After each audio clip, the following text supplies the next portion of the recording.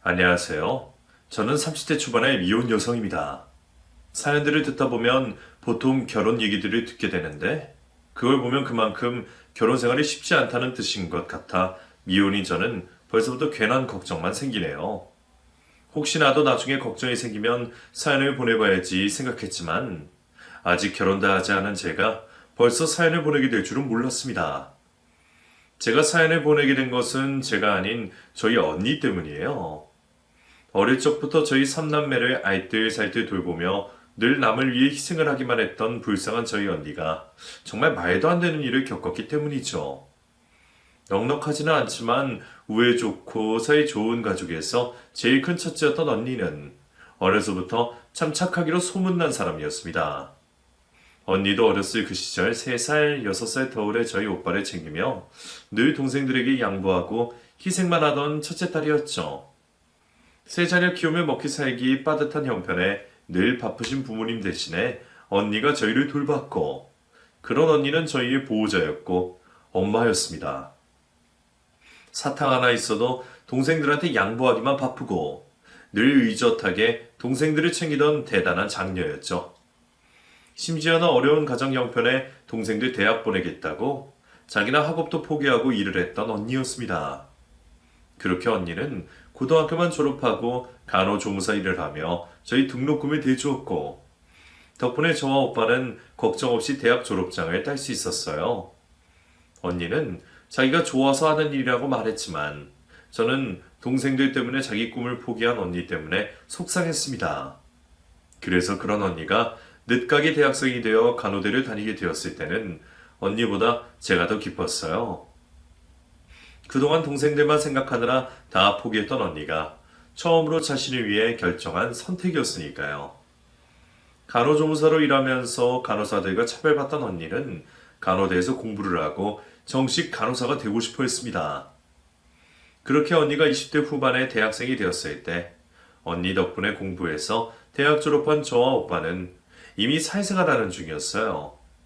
그래서 이제는 우리가 은혜를 갚을 때가 되었다고 생각하며 학비를 도와주겠다고 했었죠. 그런데도 언니는 동생들에게 짐 지우기 싫다며 열심히 해서 장학금을 타겠다고 말하던 사람이었습니다. 그리고 정말로 언니는 장학금을 받으며 학교를 다녔어요. 일을 하면서 공부를 하다 보니 가끔 전액 장학금을 받지 못할 때도 있었지만 늦가게 대학생에게 믿기지 않을 정도로 대학생활을 잘 해냈죠. 저는 그런 언니가 너무 자랑스러웠고 대단하다 싶었습니다. 공부도 잘하고 착한 우리 언니를 누가 데려가려나 궁금했었죠. 그런 제가 형부를 만나게 된 것은 언니가 졸업을 얼마 남겨두지 않았을 때였습니다. 공부하랴 일하랴 그렇게 바빠 보이던 언니가 연애를 한다는 소식에 놀랐습니다. 언니는 누구나 돌아볼 정도로 예쁜 외모라 어딜 가나 인기가 많았지만 그동안 가족들을 위해 열심히 사느라 연애도 제대로 못 해봤거든요. 그런 언니가 바쁜 와중에 연애를 할 생각을 했다면 정말 좋은 사람일 거라고 생각할 수밖에 없었어요. 나중에 듣게 되었지만 그때 형부가 저희 언니를 정말 끈질기게 쫓아다녔다고 하더라고요. 그렇게 만나게 된 형부는 다 좋아 보였어요. 얼굴도 그만하면 깔끔하고 매너도 좋아 보이고 돈 잘 버는 안정적인 직장에 심지어 집안도 넉넉한 사람이라고 하더라고요. 그 정도면 우리 언니가 아니라 어떤 여자라도 만날 수 있을 것 같아 보였습니다. 그런 사람이 우리 언니를 좋다고 몇 달을 쫓아다녔다고 하니 제가 다 뿌듯할 정도였죠. 특히나 언니를 챙겨주는 모습이 마음에 들었습니다. 저도 몇 번 만나보진 않았지만 같이 있는 동안 우리 언니 손으로 물 한 잔 못 따르게 할 정도인 걸 보니 그동안 고생만 했던 언니가 그 정도는 받고 살아야 한다 싶었거든요. 그 후 형부는 언니가 간호대를 졸업하자마자 프로포즈를 했고 언니는 예비 시부가 되었죠. 간호사로 정화하기 바쁜 와중에 결혼 준비까지 해야 했던 언니는 무척 피곤해 보였어요. 그때는 저도 결혼에 대해서 잘 모르다 보니 언니가 그냥 몸이 피곤해서 얼굴이 안 좋은 줄 알았더니 상견례 자리를 갔어야 뭐가 문제인지 알겠는 겁니다. 집에 돈 좀 있다던 사돈 어른들은 처음 만나는 자리에서부터 저희 집과 언니를 은근히 무시하고 있었어요. 없는 살림에 자식 셋이나 키우려면 고생 많으셨겠어요. 원래 가난한 집에 큰딸은 살림 미천이라 그러던데 그런 딸 보내려니 아까우시겠어요? 제가 아무리 뭘 모르는 아이라고 해도 그 말이 무시인 줄은 알아들을 수밖에 없었습니다. 안 그래도 언니가 시댁 식구들 앞에서 괜히 기죽은 듯 안절부절하는 게 마음에 안 들었는데 그 집에서는 우리 집이 가난하다고 대놓고 무시를 하는 게 기분이 나빴죠. 심지어 어렵게 공부해서 이제 막 간호사가 된 언니들어 집에서 애 낳고 살림이나 하라는 소리를 했다더라고요. 그 집이 얼마나 대단하고 형부가 얼마나 잘났는지 몰라도 저는 당연히 저희 언니가 더 아까웠어요. 그래서 성결례를 다녀와서는 언니들어 이 결혼 안 하면 안 되겠냐고까지 말을 할 수밖에 없었습니다. 언니가 뭐가 하셔서 그런 무시 당해야 해. 나 진짜 기분 나빠. 그런 거 아니야. 걱정이 되셔서 그러시겠지. 그런다고 사람을 무시해? 그리고 형부는 왜 가만히 있는 건데? 원래 남편들이 중간으로 잘해야 한다는데. 나중에 언니만 고생하는 거 아니야? 아니야. 너희 형부 나한테 잘하는 건 너도 잘 알잖아. 상이 네가 뭘 걱정하는지 알지만 언니 괜찮아. 언니 형부 많이 사랑해. 이 결혼하고 싶어. 그러니까 상이 너도 언니 결혼 그냥 축하해주면 안 될까? 언니가 그렇게까지 말하니 제가 뭐라고 결혼을 반대하겠나요? 결국 언니는 숙이는 결혼을 했고 그 후로 저는 언니를 더 보기 어려워지게 되었습니다. 원래 신혼에는 바쁜 게 당연하겠죠. 결혼 생활하랴 간호사 일하랴 바쁠 거라는 건 알았지만 전화 한번 하기 어려울 정도로 바빠질 줄 몰랐어요. 그전에는 아무리 바빠도 저랑 매일 틈틈이 연락을 했던 언니였으니까 말이에요. 안 그래도 우리 집 무시하는 사돈이라 걱정되었는데 심지어 언니가 그 시댁에 들어가게 살게 되었으니 저는 당연히 걱정이 많을 수밖에 없었습니다. 그래서 혹시 언니가 시집살이라도 당하는 건 아닌가 물어봐도 언니는 늘 걱정 없이 잘 지낸다는 말뿐이었어요. 저는 그런 언니를 찾아가 보고 싶었지만 언니 시댁 때문에 집으로 찾아가지도 못했죠. 그렇게 걱정만 하며 지내다가 언니가 결혼하고 첫 명절이 되었고 명절 마지막 날까지 친정집으로 오지 못하는 언니를 보며 저는 언니의 결혼 생활이 순탄치 않음을 예상할 수밖에 없었습니다. 부모님도 그런 언니 사정에 안타까워하셨지만 이제 와서 이혼을 시킬 수도 없는 상황이라 어쩔 도리가 없었어요. 이혼한 자식 책임질 수 있는 집도 아니었고 부모님은 언니가 이혼녀가 되는 걸 두려워하셨거든요. 그래도 저는 언니가 잘 지내기를 바라며 언니의 소식을 기다릴 수밖에 없었죠.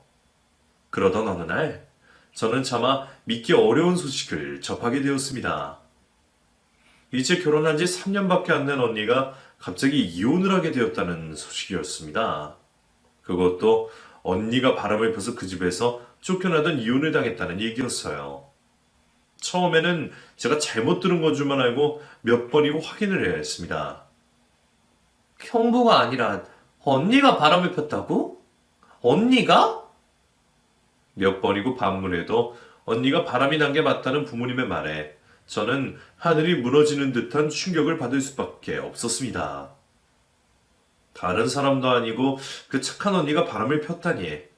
우리 언니를 조금이나마 아는 사람이라면 그게 얼마나 허무맹랑한 이야기인지 잘 알 수밖에 없었을 거예요. 그 말을 도저히 믿을 수 없었던 저는 언니를 직접 만나 얘기를 듣기 전까지는 그 말을 믿지 않기로 했습니다. 부모님이 그 일로 언니에게 크게 실망을 하시고 주변 사람들이 모두 언니를 손가락질 하더라도 저 하나만큼은 언니를 믿어주어야 했으니까요. 바람나서 이혼당했다는 이유로 친정집에서 편히 지내지도 못하고 친구 집에 얹혀 지내고 있다는 언니를 찾아간 저는 언니의 입으로 직접 그 얘기를 들을 수가 있었어요. 설마 아닐 거라고 믿었던 저의 생각과 달리 언니는 아주 담담하고 처연하게 자신의 잘못을 시인하고 있었습니다. 언니, 아니지. 그 말 틀린 거지. 언니가 바람이 났다니 그건 말도 안 되는 일이잖아, 그치?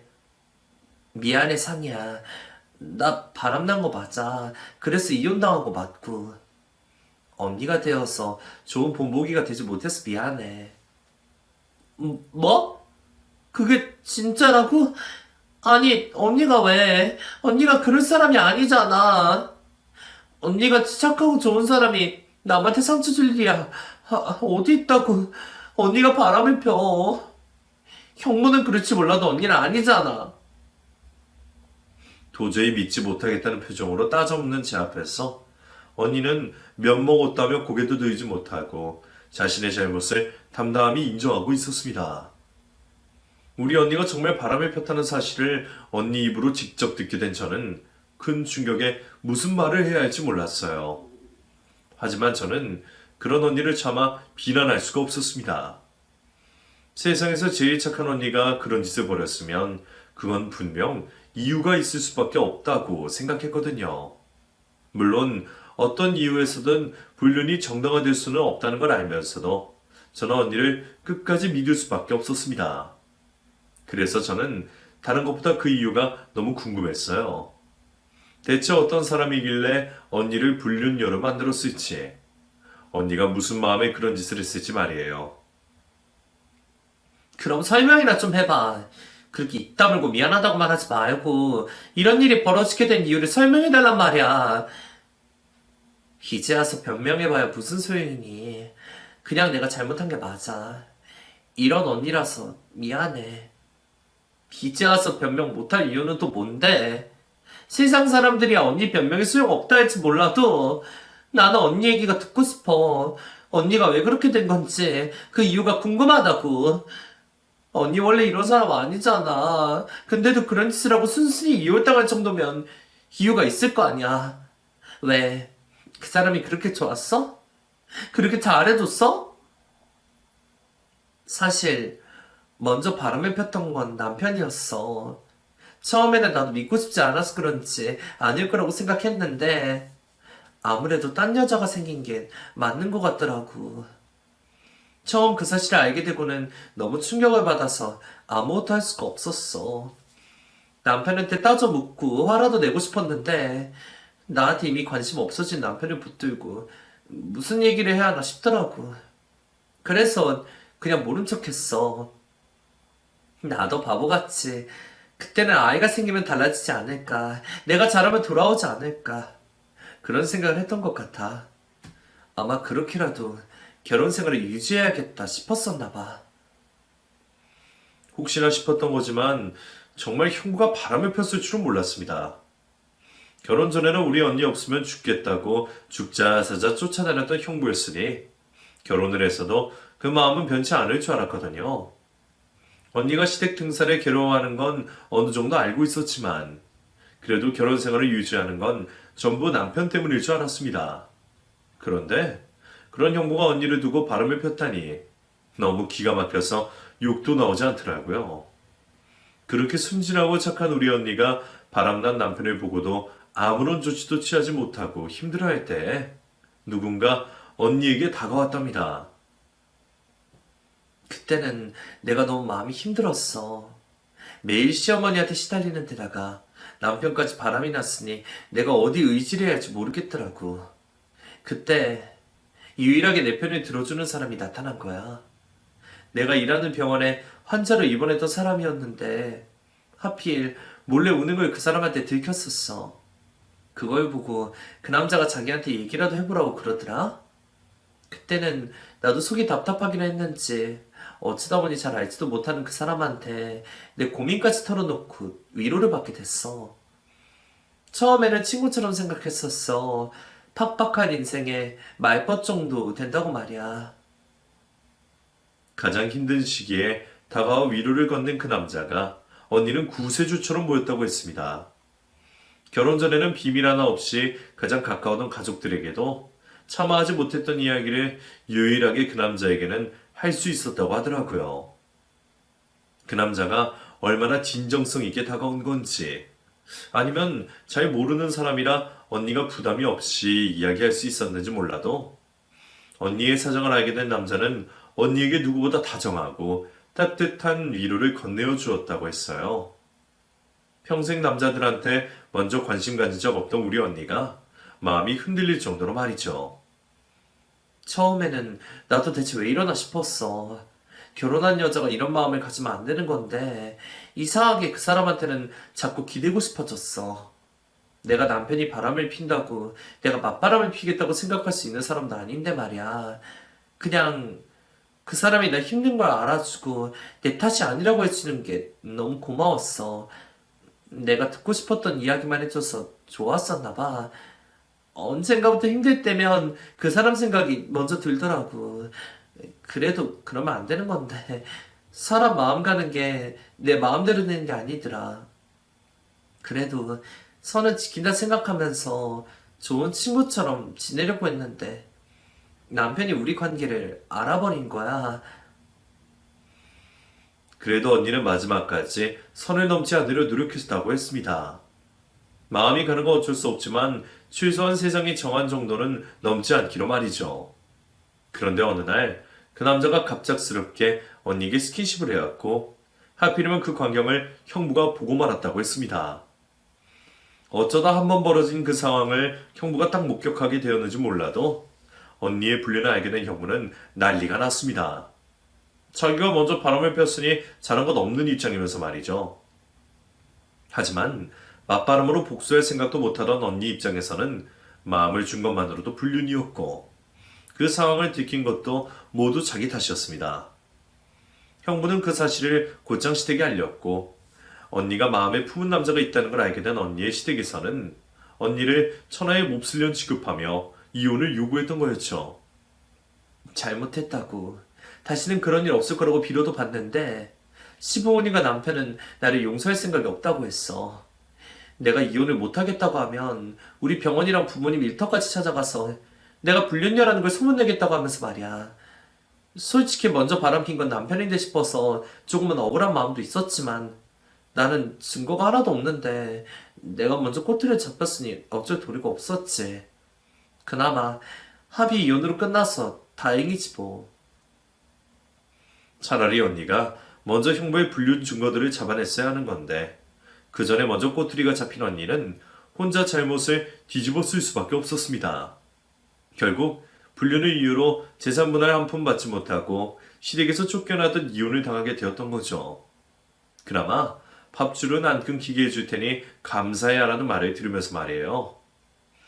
언니도 잘한 건 없다 하더라도 먼저 도리를 저버린 건 형부인데 왜 우리 언니만 그런 취급을 받아야 하는 건지 저는 너무 억울했어요. 그렇게 언니의 이혼 과정에 대해 자세히 듣게 된 저는 그 상황이 너무 화가 났습니다. 그렇다고 그냥 그렇게 이혼하는 게 어딨어. 언니도 형부 불륜 증거 잡아서 맞대응했어야지. 그 사람 철저한 사람이야.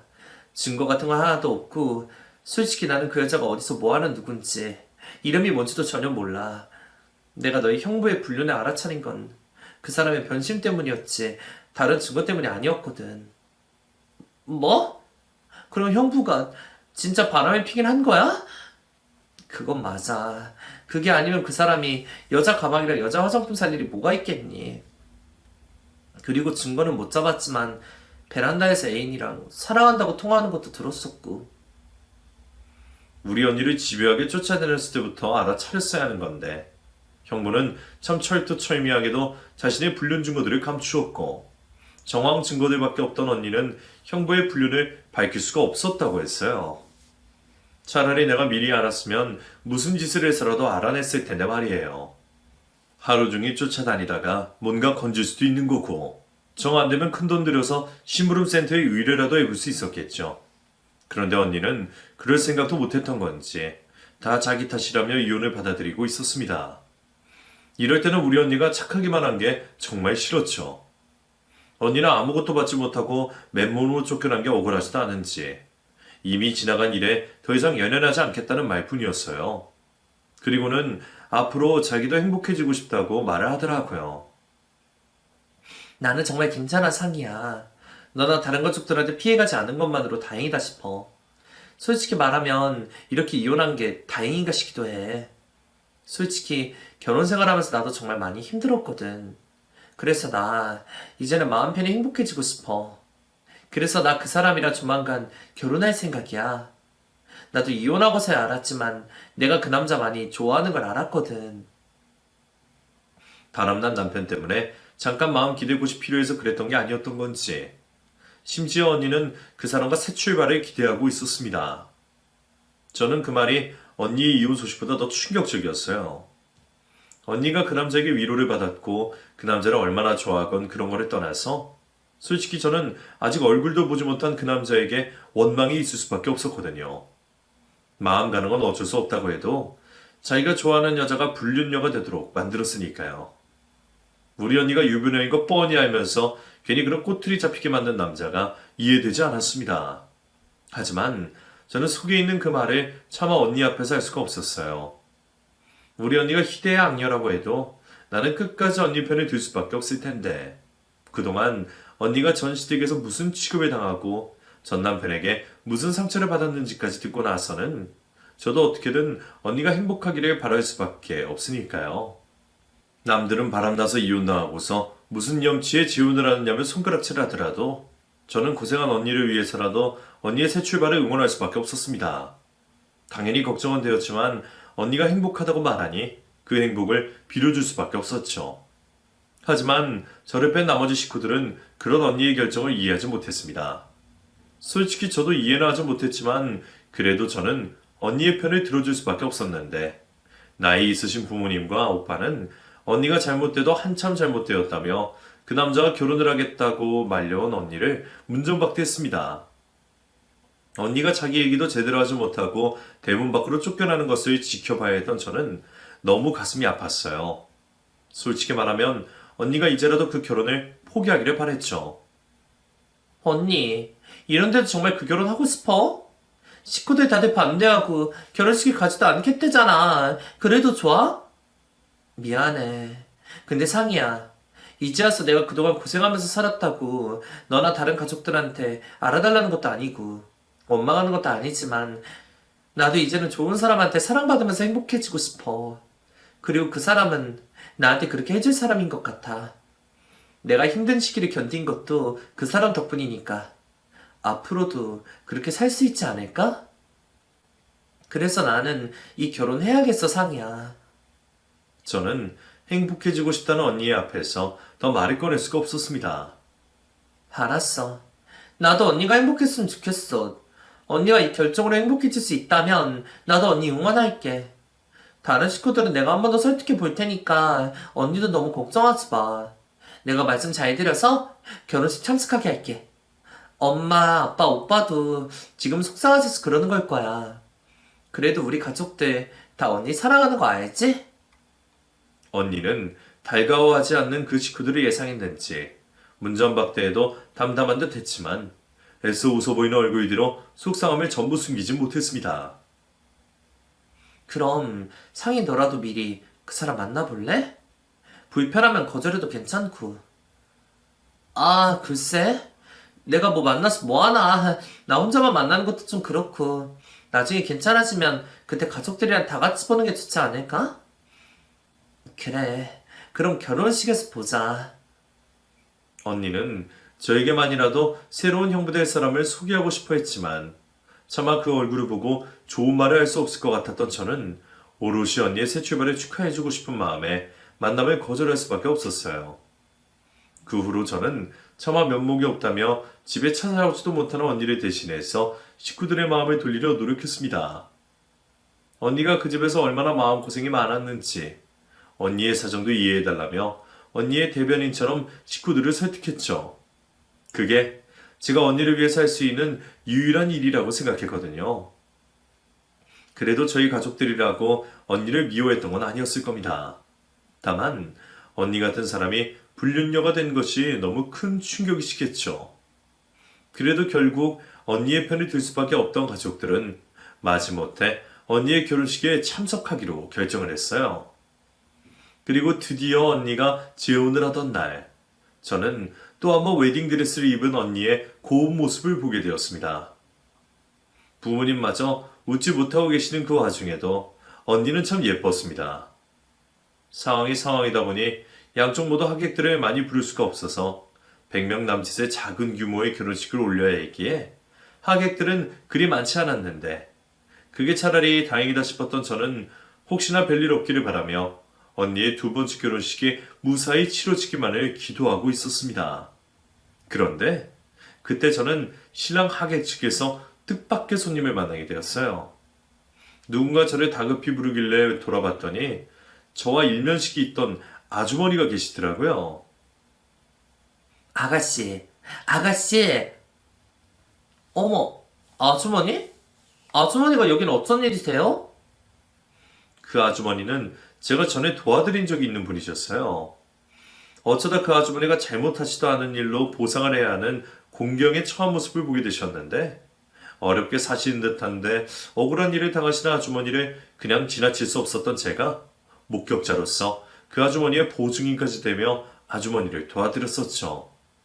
아주머니가 저한테 어떻게든 살해를 하고 싶다고 하셨지만 저도 살해를 바라고 한 일이 아니기에 거절했습니다. 그런데 그때 그 아주머니를 결혼식장에서 다시 만나게 되어 얼마나 놀랐는지 몰라요. 아가씨야말로 여긴 어쩐 일이야? 이 결혼식 참석한 거야? 아, 예, 맞아요. 사실 오늘 결혼하는 신부가 저희 언니거든요. 아주머니도 결혼식 참석하신 거예요? 신랑 측? 뭐라고? 결혼할 세리가 아가씨 언니라고? 네, 저희 언니요. 아주머니는 신랑 쪽이랑 무슨 사이세요? 친척이신가? 그럼 저희 사도어른 되시는 거예요? 어쩜 이런 우연이 있어요. 저희가 정말 인연은 인연이었나 보네요.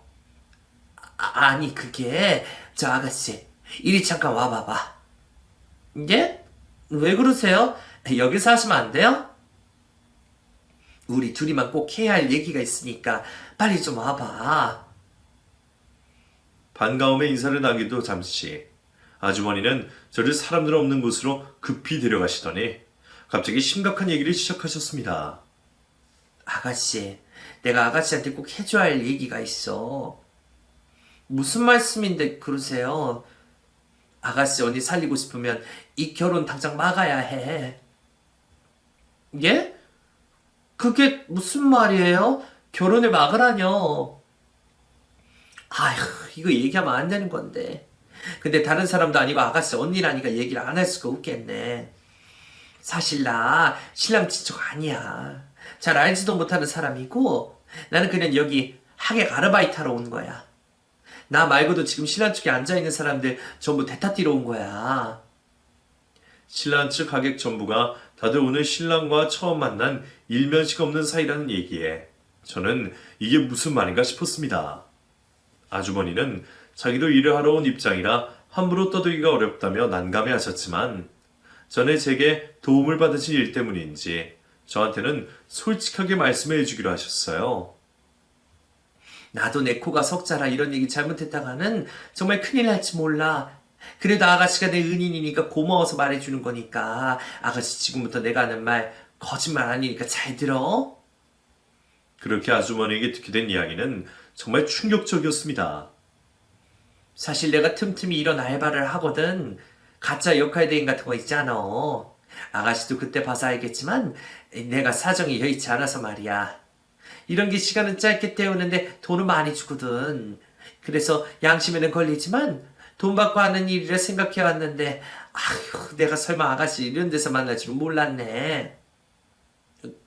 근데 뭐 하객 대행이야 부를 사람 없는 사람들이 많이 이용하잖아요. 제 지인도 어릴 적에 왕따 당해서 친구들이 별로 없어서 부르는 걸 본 적 있었어요. 그런 거라면 내가 얘기를 하지도 않았겠지.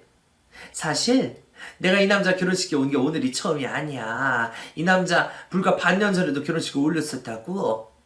내가 이 남자 결혼식 온 것만 오늘이 4번째인데 듣기로는 그전에도 더 있었다는 소문이 있어. 나도 전에 같이 하객 알바한 사람한테 들었었는데 소문으로는 순진한 여자들 속에서 등쳐먹는 사기꾼이란 말이 있었거든. 자세한 내막 같은 건 모르지만 그런 걸 보면 이 남자 아무래도 이상해. 솔직히 나도 그냥 시키면 시키는 대로 하는 입장이라 남의 일에 간섭하면 안 되지만 하필 아가씨 언니라니까 내가 입을 다물 수가 있어야지. 형부 될 사람이 결혼만 여러 번 한 수상한 남자라는 아주머니 말씀에 저는 너무 놀랄 수밖에 없었어요. 분명 언니 얘기로는 다정하고 좋은 사람이라 들었는데 이럴 줄 알았으면 내가 불편함을 감수하고서라도 미리 만나봤어야 하는 건가 싶더라고요. 물론 미리 보게 되었다고 하더라도 아직 결혼도 못해본 제가 그 남자 관상이라도 알아볼 수는 없었겠지만 하필이면 결혼식 당일날 그런 이야기를 알게 된 게 당황스러울 수밖에 없었습니다. 아주머니 역시 의심뿐이라 확신 없으셨지만 하객 대행을 세운 결혼식만 여러 번이라는 게 충분히 수상한 일이었어요. 지금 당장 언니한테 이 사실을 알린다고 해도 그 남자를 믿고 있을 언니가 증거도 없는 제 말을 이해할 수 있을 것 같지도 않았고 가뜩이나 무거운 마음으로 결혼식에 마지못해 참석하신 다른 가족에게 알릴 수도 없었습니다. 결국 혼자 머리 아프게 고민하던 저는 욕을 먹고 문제를 만들더라도 제가 책임을 져야겠다며 혼자 총대를 매기로 했어요. 형부 될 사람이 정말 사기꾼인지 다른 사정에 의심을 받고 있는 건지 모르겠지만 결혼식을 뒤로 미루더라도 돌다리를 두들겨보고 가기로 했죠. 결국 저는 그 자리에서 경찰을 부르게 되었습니다. 여기 예식장인데요. 사기꾼이 있어요. 지금 좀 잡으러 와주세요. 예? 아니 사기를 당하셨으면 소문을 아시던가 아셔야죠. 지금 상황이 급해서 그래요. 이러다 우리 언니 인생 망치게 생겼다고요. 그렇다고 이렇게 다짜고짜 신고하시면 안 된다니까요. 그놈이 수배범이에요. 대한민국의 사기꾼이 한둘도 아니고 저희가 당장 해드릴 수 있는 게 없어요. 저도 급한 마음에 무작정 신고를 했던 거긴 했지만 경찰들이 그렇게 무관심하게 나올 줄은 몰랐습니다.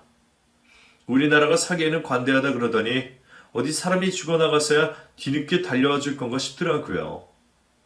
저놈이 정말 사기꾼이라면 우리 언니한테 무슨 생각으로 접근했는지도 모르고 이러다 우리 언니가 어떻게 될지도 모르는데 말이에요. 화가 나고 답답했지만 그런 제가 도움을 구할 곳도 결국 경찰밖에 없기에 저는 아쉬운 소리를 해가며 경찰에게 매달릴 수밖에 없었습니다. 제가 진짜 급해서 그래요. 이런 신고 받고도 달려오시던데 사기꾼 잡으라는데 왜 못 와요? 제발 저 좀 도와주세요. 알겠어요. 그놈 이름은 뭔데요? 일단 조회나 해볼게요. 이름이요? 제가 알고 있는 이름 이태영인데요. 혹시 조도영이 본명일지도 몰라요. 저는 제가 알고 있는 이름과 아주머니가 기억하시는 이름까지 경찰에게 알려주었습니다. 그래도 조회라도 해본다고 하니 도와주실도 모르겠다는 희망을 품고서 말이죠. 그런데 제가 그놈 이름을 알려드리자 여태 저를 나무라던 경찰분이 갑자기 말씀이 없어지더라고요. 진짜 그 사람 이름이 조도영 맞아요? 혹시 그놈 키는 178 정도의 쌍꺼풀 짙고 맞아요. 혹시 뭐가 나왔나요? 거기 위치가 어디라고 했죠? 저희가 지금 당장 출동하겠습니다. 혹시 그놈이 눈치를 채면 도망갈지 모르니까 저희가 갈 때까지 취에 대한 티내지 않고 도주하지 않게 좀 해주세요. 사기꾼은 경찰서 와서 직접 신고하라며 미온쩍게 굴던 경찰이 그놈의 이름을 대자마자 출동을 하겠다는 말에 저는 왠지 더 두려워졌습니다. 이놈이 내가 생각했던 것보다 더 무시무시한 놈이면 어떻게 하나 싶어서 말이죠. 경찰까지 온다는 걸 보니 분명 심상치 않은 상황임을 예감한 저는 경찰이 도착할 전까지 그놈이 눈치를 채지 않고 도망가지 않게 하기 위해 신랑 신부를 주시할 수밖에 없었어요. 언니는 아무것도 모르고 신부 대기실에 있었고 그놈은 가짜 아기들과 친한 척 연기를 하고 있더라고요. 그러더니 갑자기 제게 다가와서 말하는 거였죠. 우리 처제 오늘 와줘서 정말 고마워요. 상아 씨한테 들었지만 오늘 결혼식 처제 아니었으면 못할 뻔했어요. 장인 장모님 설득시켜준 거 정말 고맙게 생각해요. 결혼 전에 인사하고 한번 봤으면 좋았을 텐데 아쉽네요. 그래도 뭐 이제 친해지면 되니까 앞으로 잘 부탁해요, 처제. 예. 저도 잘 부탁드려요. 되지도 않게 제게 친한 척을 하는 그놈을 보자 속에서 욕이 튀어나올 것 같았지만 저는 혹여나 그놈이 눈치를 챌까 싶어 최대한 역겨움을 참고 그놈을 상대할 수밖에 없었습니다. 진짜 이름이 이태영인지 조도영인지도 모르는 그놈을 말이죠. 그놈과 대화를 하는 동안 경찰들이 예식장 안으로 들어온다는 문자를 받게 된 저는 조금이라도 언니와 가족들에게 피해가 가지 않게 하기 위해 그놈을 그쪽으로 유인하기로 했습니다.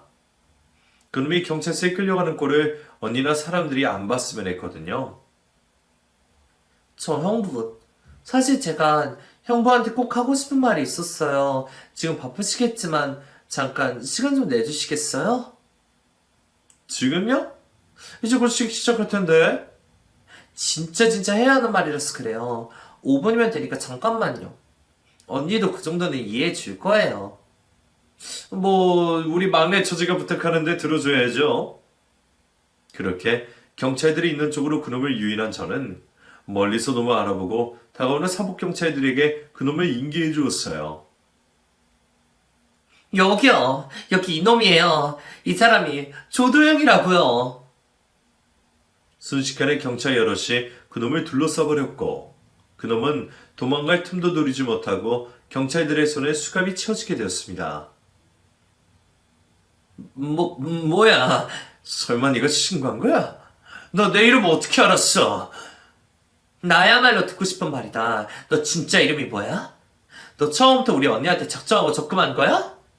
우리 언니 못 뜯어먹을 게 있던 그 착한 사람한테 그래. 경찰들에게 잡히자마자 아까의 가식을 버리고 본색을 드러내는 그놈에게 저는 묻고 싶은 게 정말 많았습니다. 대체 언제부터 그런 건지 돈도 없는 우리 언니에게 뭘 바라고 이런 짓을 했는지 말이죠. 자, 지금 여기서 떠들 시간이 없어요. 우선 같이 서로 가서 얘기를 하시죠. 가신 김에 신고 경위 좀 말씀해 주시고요. 다급히 발걸음 옮기는 경찰들 때문에 그 자리에서 묻지는 못했지만 경찰서까지 따라간 저는 그곳에서 사건의 모든 내막을 알게 될 수 있었습니다. 저를 도와주신 아주머니 예상처럼 그놈은 이미 전과가 화려한 놈이었어요. 금품갈취에 절도에 사기까지 무려 10범이 넘는 잡범이더라고요. 그런 잡범을 사복경찰들까지 출동해서 현장 체포를 한 것은 다름 아닌 한 여자의 죽음 때문이었습니다. 이놈 이거저거 사고도 많이 쳤는데 특히 여자들 등을 많이 쳐먹었어요. 반반한 얼굴 때문에 그러는지 여자들이 이놈한테 당한 일이 많았더라고. 근데 차라리 돈만 뜯겼으면 그나마 다행인데 한 사람이 이놈 때문에 죽었어요. 그 사람은 다른 가족도 없고 혼자 열심히 사는 여자였는데 저놈한테 재산 털리고 처지를 비관한 거지. 그래서 경찰도 찾던 놈이었어요.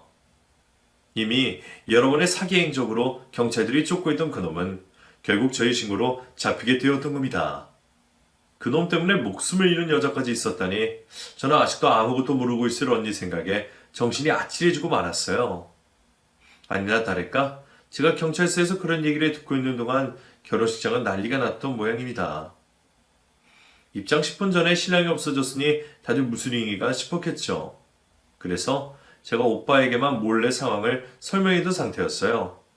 형부네 사람이랑 경찰서에 왔는데 아직 확실해질 때까지는 언니에게 얘기를 하지 말라고 말이죠. 결국 그날 결혼식은 취소가 되었고 언니가 아무것도 모르고 집으로 돌아간 사이 저는 그놈에게 자초지종을 따져 묻게 되었습니다. 당신 뭐야? 뭔데 우리 언니한테 접근한 거야? 당신 때문에 우리 언니 이혼당한 거 알지? 당신 설마 우리 언니 이혼이랑 관련 있는 거야? 그래? 내가 다 말해주면 합의 좀 해줄래요? 아니 어차피 아직 돈 뜯어낸 것도 없고 식도 안 올렸잖아. 나도 여기서 전과 더 싸면 곤란해서 그래. 내가 도와줄 테니까 경찰 쪽에 말 좀 잘해줘요. 나 상아 씨한테 다른 감정 없어요. 그 남편이 나한테 먼저 부탁을 했다고. 그게 무슨 말이야? 부탁을 했다니 형부가? 이혼한 당신 형부가 나한테 자기 마누라 좀 꼬셔달라고 그랬다고. 그래주면 돈 준다고 그래서 나는 시키는 대로 그렇게 했을 뿐이에요. 기왕이면 결혼까지 해달라 해서 결혼식만 올리고 사라져주려고 했지. 정말 그 이상은 없다니까. 먼저 바람을 피고 있던 형부는 언니와 이혼을 하고 싶었지만 이혼을 하면 잘못을 저지른 자신이 불리해질 것이 뻔했기에 언니에게 모든 걸 뒤집어 씌우려 했던 모양입니다. 그래서 그 남자를 언니에게 일부러 접근하게 시켰고 하필이면 형부가 언니의 외도 장면을 목격했던 것도 의도적이었던 거죠. 그제서야 모든 퍼즐을 맞추게 된 저는 말도 안 되는 상황에 실수가 터져 나왔습니다. 그 쓰레기만도 못한 놈이 감히 우리 언니를 가지고 놀았다는 생각에 저는 당장이라도 그놈을 쫓아가서 찢어놓고 싶은 심정이었어요. 그것도 모르고 혼자 죄인이 되어 이혼을 당했을 우리 언니가 너무 불쌍했습니다. 이제라도 알게 된 이상 제가 뭐라도 할 수밖에 없었죠. 저는 그 사기꾼 놈에게서 그놈이 형부와 주고받은 문자와 의뢰 내용들에 대한 증거를 받기로 했습니다. 물론 사기꾼과는 합의를 해준다는 약속을 해야 했지만 그때는 그렇게 할 수밖에 없었어요. 나쁜 놈을 잡으려고 나쁜 놈과 합의를 해야 하는 건 안타까운 일이었지만 우리가 아니더라도 그놈은 어차피 실형을 받을 테고 그럼 우리 언니라도 제대로 복수를 해야 하는 거라 맞는 거라 생각했거든요. 우리의 주적은 그 사기꾼 놈이 아니라 언니의 전 남편이었기에 저는 형부를 위한 복수의 칼을 갈게 되었습니다. 그래도 하늘이 도우시는지 거래의 대가는 제 생각 이상이었어요. 사기꾼이 괜히 사기꾼이 아닌 건지 그놈이 이미 형부의 뒷조사를 전부 마쳤더라고요. 덕분에 언니와 혼인기간 내에 형부가 바람을 피고 있었던 증거까지 받을 수 있었습니다. 이 정도면 언니도 다시 형부와 소송을 붙어볼 수 있겠다는 생각에 저는 그제서야 부모님과 언니에게 상황을 알 수 있었어요. 제가 겪은 이야기를 전부 듣게 된 가족들은 모두 놀라움을 감추지 못했습니다. 아니 그게 정말이냐? 그놈이 그런 거라고? 그 쓰레기 새끼, 감히 지 잘못 돕겠다고 누나한테 뒤집어줘? 세상에 그럼 우리 상아만 괜히 욕보인 거 아니냐? 그럴 수도 모르고 우리는 상아 너한테 위로도 못 해주고 미안하다 상아야. 아니에요. 애초에 제가 그렇게 안 넘어갔으면 된 건데 저도 잘한 건 없죠. 근데 이제 와서 이혼 소송을 다시 할 수 있을까? 나도 잘한 건 없는데. 언니가 뭘 잘못했는데 애초에 짜고 치던 고스톱이었다는 거 밝혀지면 그쪽에서도 방법 없을 거야. 그리고 언니가 진짜 그놈이랑 뭘 한 것도 아니잖아. 아무튼 내가 변호사님 만나봤는데 증거만 있으면 손해배상 충분히 받을 수 있다고 하니까 뭐라도 해보자. 나 억울해서라도 언니가 이대로 포기하는 거 못 봐. 그동안 언니가 우리 위해 희생했으니까 이제는 우리들이 도울게. 지더라도 끝까지 해보자. 언니는 자기 때문에 고생이라며 뒤늦은 이혼 소송을 포기하고 싶어 했지만 형부를 용서할 수 없었던 저는 손해를 볼지언정 재소송을 해야 한다고 생각했어요. 그 후 저희는 새로운 혼인 파탄의 증거를 발견했다며 재소송을 시작하게 되었고 몇 달간의 법정 공방 끝에 결국 손해배상을 받게 되었습니다. 애초에 혼인 파탄의 원인을 제공했던 것이 불륜을 저지른 남편 쪽이었고 언니가 불륜녀로 낙인 찍힌 일도 그놈의 짓이었다는 걸 제대로 인정받을 수 있었죠. 그쪽에서는 받아들이지 못하겠다고 항소를 하려 했지만 상대 변호사가 보기에도 결국 아니다 싶었는지 소송 포기를 선언했던 모양이더라고요. 덕분에 당시에는 합의 이혼으로 돈 한 푼 못 받고 나왔던 언니가 이제는 재산분할과 정신적 피해 보상까지 제대로 받아낼 수 있었어요. 덕분에 언니는 이혼을 한 후로 처음으로 환하게 웃어 보였죠. 물론 전 남편 때문에 별일을 다 겪고 결혼을 2번이나 망칠 뻔했던 일이 있었지만 제 덕에 숲으로 돌아가 다행이라며 제게 고마움을 전했습니다. 내가 너무 바보 같아서 가족들한테 못 보일 것만 보였네. 특히 상이 너한테 너무 미안해. 미안하긴 뭐가 미안해. 언니가 착해서 당한 거지 언니 잘못 없어. 그러니까 앞으로도 주눅들지 말고 꿋꿋하게 살아. 그런 놈들 있고 보란듯이 잘 살아야 그게 제대로 된 복수지. 언니는 그 후 가족들의 보살핌을 받으며 다시 천천히 일상으로 돌아가게 되었습니다. 지금은 간호사 일도 잘하고 있고 건강히 잘 지내고 있어요. 저희 가족들 모두 황당하고 기막힌 일을 당하며 서로 상처도 주고 어려움을 겪었지만 저희는 이번 일을 계기로 더 가까워지게 되었네요. 결국 누가 뭐래도 튼튼한 편은 가족밖에 없다는 걸 다시 한번 알게 되었으니까요. 그래서 저희 가족은 앞으로도 서로 의지하며 끈끈한 가족의 정을 그리며 살기로 했습니다. 언니도 이제는 자신만 보고 행복했으면 좋겠네요. 여러분들도 누구보다 가족들을 아껴주시길 바라며 제 이야기 마치겠습니다. 감사합니다.